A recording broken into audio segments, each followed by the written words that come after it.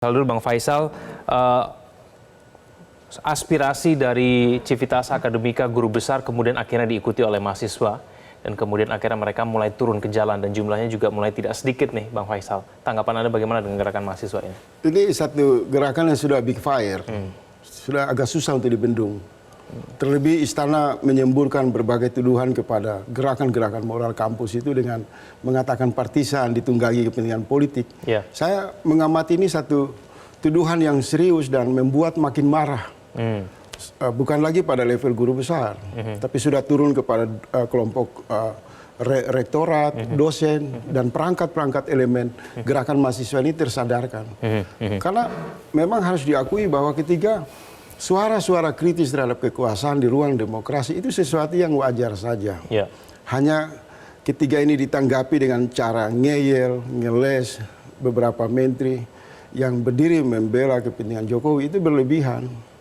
Sehingga api ini menjadi tambah besar.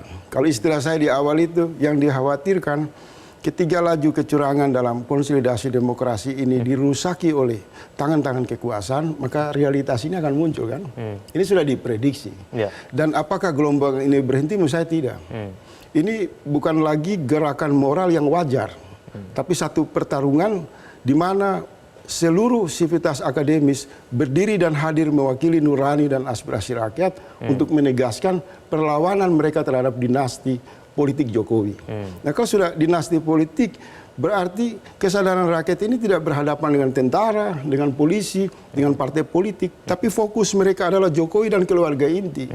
Dan itu ulang-ulang kan disampaikan oleh mahasiswa. Mereka kecewa bagaimana istana disalahgunakan kewenangannya oleh kekuasaan Jokowi dalam paket dinastinya untuk menghancurkan Mahkamah Konstitusi. Dan sekarang terkonfirmasi lagi lewat sidang DKPP di KPU. Bahwa Gibran itu dianggap bermasalah di dalam proses pendaftaran sehingga menyeret para ketua KPU dan anggota-anggotanya. Oke, tapi sampai ke tanggal 14 Februari nanti menurut Bang Faisal gerakan mahasiswa ini akan semakin besar? Iya, jadi kalau kita lihat kan ada dua kanal gerakan ini. Kesadaran yang masuk pada kanal konstitusi yaitu rakyat menggunakan hak elektoralnya pada momentum tanggal 14 Februari. Ini terkonsolidasi secara damai, secara konstruktif. Diikuti oleh gerakan kesadaran moral non-elektoral. Dua-dua ini sebenarnya satu isu saja. Sangat mencemaskan praktek pemilu curang. Jadi ada common enemy. Nah, apakah kedua kekuatan ini akan saling bersinergi? Kemungkinan bisa terjadi. Kalau dalam waktu dekat ini Presiden Jokowi dan seluruh partai politik yang ada di lingkaran kekuasaan masih terus melegalkan, melenggangkan satu praktik politik cawe-cawe yang mengancam proses demokrasi, maka dua kekuatan ini bisa bergabung. Bisa kemungkinan tidak terjadi pemilu, bisa chaos. Bisa chaos. Saya ke Mas Rekner Angga. Mas Angga, kenapa kemudian akhirnya teman-teman mahasiswa tergerak untuk kemudian turun ke jalan begitu? Iya, oke, terima kasih. Yang pertama, kita merasakan keresahan yang sangat amat dalam terhadap kondisi perpolitikan dan demokrasi Indonesia pada saat ini, gitu. Di mana Presiden Joko Widodo memperlihatkan gerak-gerik tanda-tanda nyata bahwa dia melihat kepada salah satu paslon, dan ini yang sangat kita wanti-wanti. Dan ini sangat kita wanti-wanti. Kenapa? Ketika Presiden Joko Widodo dengan segala perangkat kenegaraan yang super besar itu kemudian memihak kepada salah satu paslon, maka ini tidak akan tercipta asas pemilu yang kita sepakati, yaitu jujur dan adil. Maka ini tidak akan tercipta. Itu yang pertama. Kemudian yang kedua, kita menginginkan Presiden Jokowi ini keluar dari permainan, exit the game, keluar dari permainan. Jangan lagi bermain-main, menari-nari di atas kontestasi yang sebenarnya ini adalah pesta 5 tahunan untuk rakyat, gitu.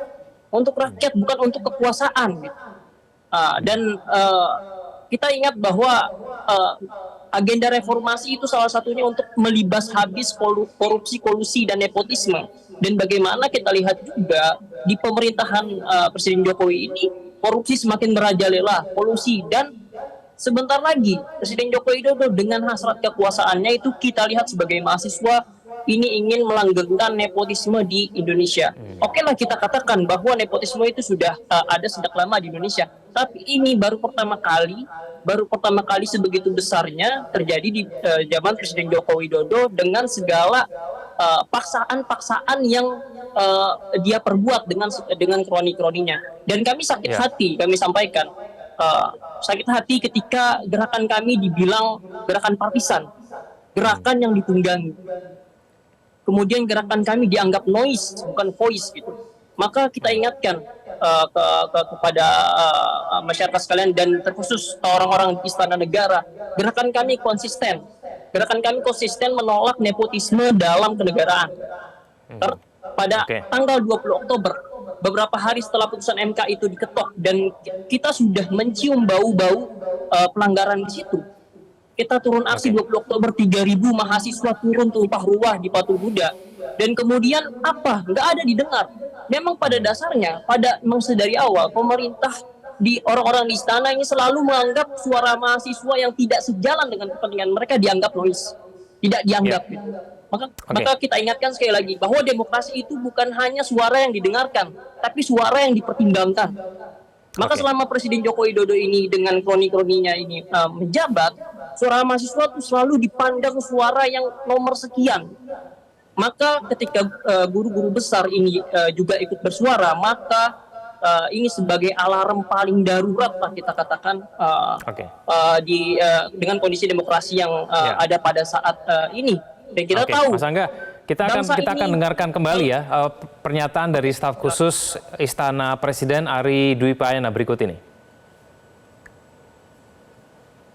Bisa mencermati akhir-akhir ini tahun politik adalah jelang pemilu pasti dimunculkan sebuah pertarungan opini, penggiringan opini, dan pertarungan opini dalam kontestasi politik adalah sesuatu yang juga wajar aja, apalagi kaitannya dengan strategi politik partisan ya untuk politik elektoral.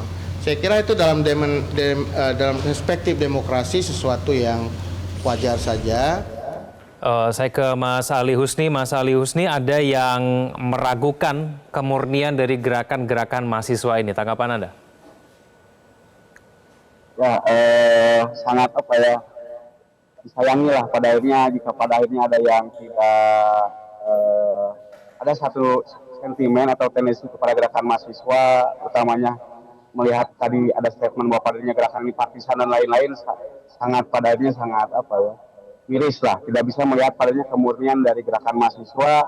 Bahkan kalau kita melihat gerakan ini merupakan gerakan akumulasi, gerakan padanya kemuakan yang itu paruakan ke jalanan di tahun 2024 ini merupakan kemuakan bersama kita. Kita berjuang dari tahun 2018 menolak adanya Undang-Undang MP 3, 2019 merupakan gerakan besar ketika amanah reformasi di korupsi, 2020 Undang-Undang Cipta Kerja, Undang-Undang Minerba. Jadi kalau kita lihat jika ada yang sedikit yang menilai gitu bahwa gerakan mahasiswa tidak murni, gerakan mahasiswa gerakan partisan, itu salah besar. Jika pada akhirnya kita lihat negara kita kehidupan berdemokrasinya, kehidupan bernegaranya lebih baik, ada bendera universitas seluruh kampus Indonesia turun ke jalan baik di tahun 98 ataupun 66. Bahwa kita lihat pokoknya kita turun ke jalan adalah menjalankan hakikat kita sebagai mahasiswa intelektual dan moral, hakikatnya keilmuan adalah membela dan melakukan keadilan. Jika pada akhirnya ada suatu kejanggalan, adanya suatu keserampangan, ugal-ugalan dari satu rejim, ya kita turun ke jalan merupakan panggilan dari hati karena kita merupakan moral force, kita merupakan sosial kontrol. Jadi saya sangat sedih ya jika ada statement bahwa gerakan mahasiswa ditunggangi, gerakan mahasiswa itu merupakan partisan, apalagi di momentum politik sangat pada akhirnya ada kekeliruan ataupun kesesatan dalam berpikir, kayak yang belum pernah menjadi mahasiswa aja, kayak yang pada akhirnya bangsa ini pun demokrasinya lebih baik, ada mahasiswa di sana di dalam perjuangan yang lebih baik kita lakukan bersama-sama. Jadi kurang lebihnya seperti itu, bahwa kita menjalankan hakikat sebagai mahasiswa intelektual dan moral, menjalankan keilmuan kita untuk membela kebenaran dan menekan keadilan, dan kita menjalankan asas prinsip fungsi kampus yang termaktub di dalam Undang-Undang 12 tahun 2012 tentang pendidikan tinggi, bahwa mahasiswa harus berpihak kepada masyarakat ekonomi kurang mampu, dan kampus harus menjadi benteng pembebasan, benteng keadilan, seperti itu. Oke, saya kembali kepada Mas Angga. Mas Angga, kenapa kemudian tuntutan dari teman-teman mahasiswa ini adalah untuk pemakzulan Joko Widodo? Kenapa kemudian akhirnya ke arah situ. Apakah memang potensi-potensi pelanggaran isyarat-isyarat kedukungan Jokowi kepada paslon tertentu ini memang sudah pantas untuk dimakzulkan, Mas Angga? Oke, begini.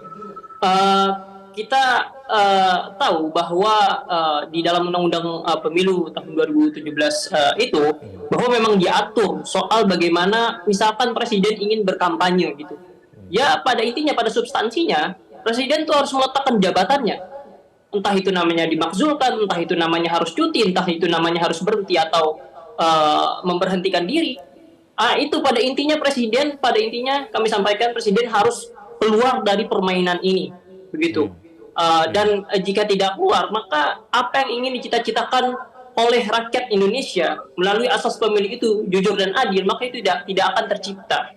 Maka jika dibilang ini adalah gerakan partisan karena hanya muncul ketika menjelang pemilu, maka ini sangat salah. Maka ini menandakan bahwa istana tidak pernah memperhatikan gerakan mahasiswa. Maka ini menandakan dengan nyata bahwa pihak istana selalu menganggap remeh gerakan mahasiswa. Maka inilah saatnya bahwa istana harus kita beri paham. Kita harus kasih paham bahwa gerakan mahasiswa itu tidak hanya muncul menjelang pemilu atau menjelang pencoblosan.